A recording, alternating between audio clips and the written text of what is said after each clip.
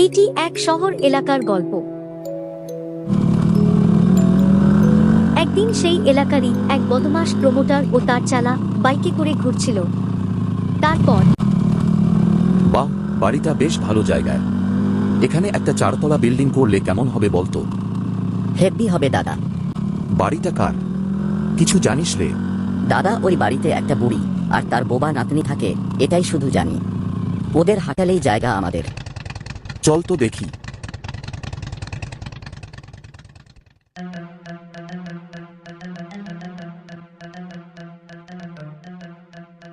বাড়িতে কেউ আছেন? বাড়িতে কেউ আছেন? কে বাবা তোমরা? কি চাই? আমরা একটা 4তলা বিল্ডিং করার জন্য জায়গা খুঁজছিলাম। এই জায়গাটা আমাদের খুব পছন্দ হয়েছে।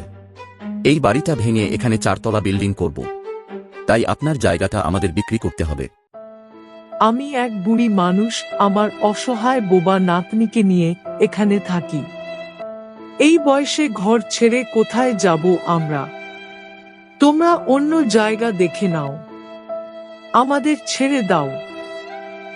ভালোভাবে বললাম, তাই যদি ভালোভাবে জায়গা বিক্রি করেন তাহলে জায়গার টাকা পাবেন, না হলে অন্য রাস্তা দেখতে হবে।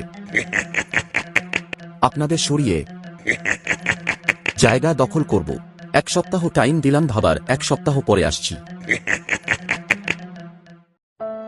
এরপরে বৃদ্ধা মহিলা ভয়ে আর চিন্তায় শরীর খারাপ হয়ে মারা যায়।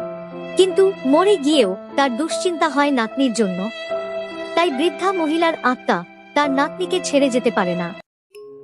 এইদিকে প্রমোটার বৃদ্ধার মারা যাবার খবর পেয়ে খুশি হয় আর ভাবে, বুড়িটা এমনি এমনি মারা গেল, ভালোই হলো। এবার তার নাতনিকে বাড়ি থেকে সরাতে হবে কোনো মতে। সেই জন্য তারা 1 সপ্তাহ পরে সেই বাড়িতে আসে আর বৃদ্ধার নাতনিকে ধমকে ভয় দেখাতে থাকে। কিন্তু এর পরে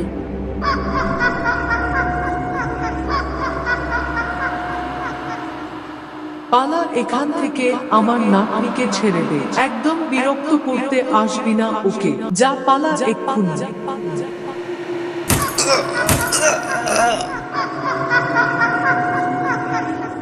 পালা এখান থেকে।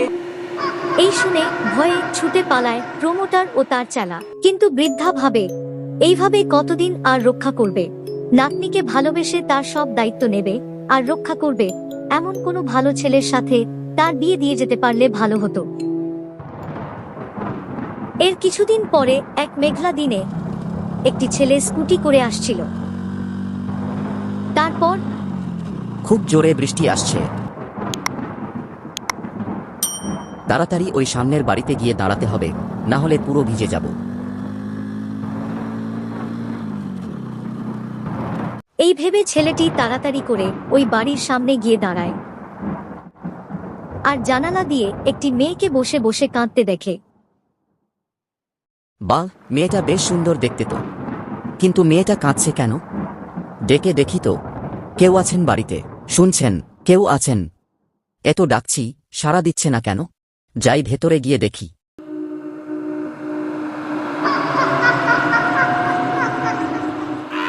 ভয়ঙ্কর হাসি শুনে ছেলেটা খুব ভয় পেয়ে যায়। ভয় পাস না, বল কি তুই এখানে কি করছিস? আমি শুভ, এখান দিয়ে যাচ্ছিলাম, জোরে বৃষ্টি আসলো তাই এখানে দাঁড়িয়ে গেলাম। তারপর এই মেয়েটাকে কাঁদতে দেখে অনেক ডাকাডাকি করে সাড়া না পেয়ে ভেতরে ঢুকে দেখতে আসলাম কি হয়েছে। এইটা আমার নাতনি দীপা। ও কথা বলতে পারে না। আমি মারা যাবার পর থেকে মেয়েটা আরো অসহায় হয়ে পড়েছে। এক প্রমোটার ওকে তাড়িয়ে দিয়ে এই বাড়ি আর জায়গা দখল করতে চায়। তাই ওদের হাত থেকে রক্ষা করার জন্য আমি আমার নাতনির পাশে থাকি সব সময়। কাউকে ঢুকতে দিই না এই বাড়িতে। কিন্তু কতদিন এইভাবে রক্ষা করব? অসহায় মেয়েটাকে কোনো ভালো দায়িত্ববান ছেলে যদি বিয়ে করে তাহলে আমার চিন্তা কমে। শুভর দীপাকে প্রথম দেখাতেই ভালো লেগেছিল, তাই সে বলে, কিছু মনে করবেন না, আমি একটা কথা বলছি, আপনার নাতনিকে আমার খুব ভালো লেগেছে। আপনার আর আপনার নাতনির কোনো আপত্তি না থাকলে আমি বিয়ে করতে চাই আপনার নাতনিকে। বাহ, এটা তো খুব ভালো কথা। না বাবা, আমার কোনো আপত্তি নেই, আর আশা করি দীপারও কোনো আপত্তি হবে না। ভগবান তোমার মঙ্গল করুক এই অসহায় মেয়েটাকে রক্ষা করার জন্য। তোমরা খুব খুশি হও আর দীর্ঘজীবী হও। এই জায়গা বাড়ি সব তোমার, তুমি এখানে বাড়ি করে থাকতে পারো। আর প্রমোটার যদি আবার আসে, ওকে আইনের সাহায্যে উচিত শাস্তি দেওয়ার ব্যবস্থা করো। এই বলে বৃদ্ধার আত্মা অদৃশ্য হয়ে যায়।